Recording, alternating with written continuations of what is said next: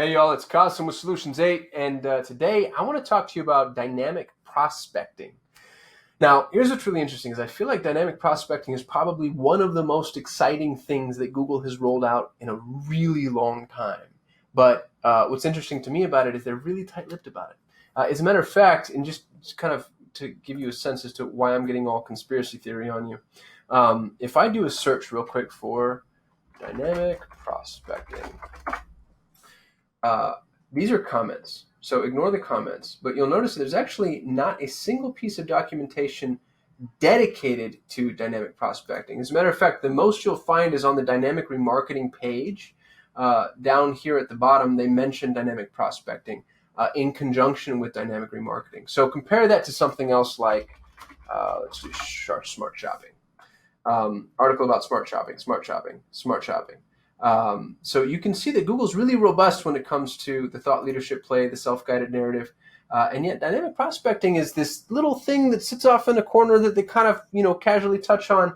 But if you go out through, the ether that is the internet, you're going to see a bunch of marketers freaking out about it. So dynamic prospecting is at the center of what makes things like smart shopping work. What Google has been able to do, they've got 70 million demographic and psychographic profiling factors that they use in order to catalog people. Who you are, how you buy, what you're interested in, how you vote, whether or not you speed, like really crazy stuff. They know everything. It's unbelievable. It's actually a gross violation of our freedoms when you really start to think about it. But we use it to make money, so it's okay. What they're doing, though, is they're identifying people that are actually buying from you. So using success-driven metrics, and then identifying the common denominators attached to those people, and then through dynamic prospecting, going out and finding more people just like those folks. And what's crazy about it is it works. We've got, I can't begin to tell you how many e-commerce campaigns running things like smart shopping that are performing at, just ROAS thresholds that I've never seen before. And it's all tethered back to, we call them, we like to hang the success hat on the smart shopping peg, but I think, it's not just smart shopping, because smart shopping sans dynamic prospecting is just really robust remarketing. So it's smart shopping plus dynamic prospecting. So it's this dynamic prospecting piece that is so critically important, and I think a really strong signal of what Google plans on doing in the future. So what we want to do is keep a really close eye on where they expand this type of paradigm into. You're seeing some semblance of it with dynamic search ads, not quite the same thing from an outbound perspective, but some of the same paradigm in terms of them, taking some of the control away from the advertiser and kind of, putting in the back seat and saying, hey, we've got this. So I'd be really interested in seeing where and how dynamic prospecting kind of cascades throughout the entire Google ecosystem, because the fact that they can go out and find buyers who are ready to buy, and they can find them before they search.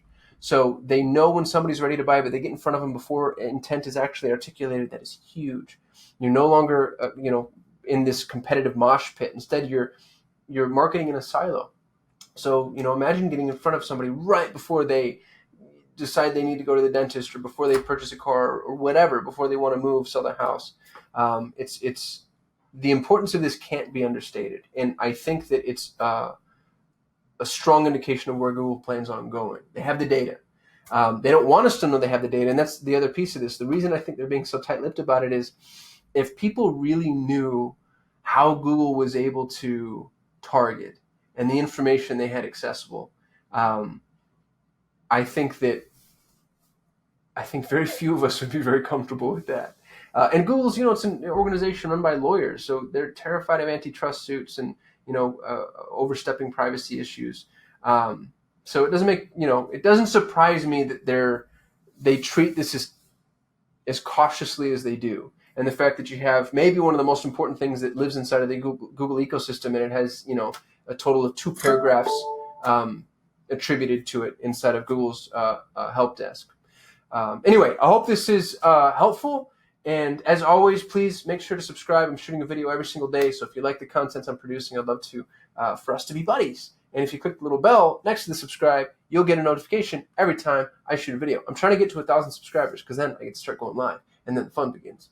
If you liked what I had to say, give it a little thumbs up. Don't forget to comment. I'll make sure to respond. If you have any questions, comments, concerns, confessions, let's chat. And I run Google Ads. I own a little agency called Solutions 8. We happen to be the greatest Google Ads agency on the planet. As a matter of fact, if you Google best Google Ads agency, we'll come up.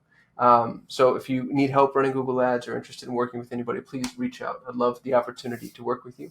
Until then, I will see you on the next video. Thanks so much.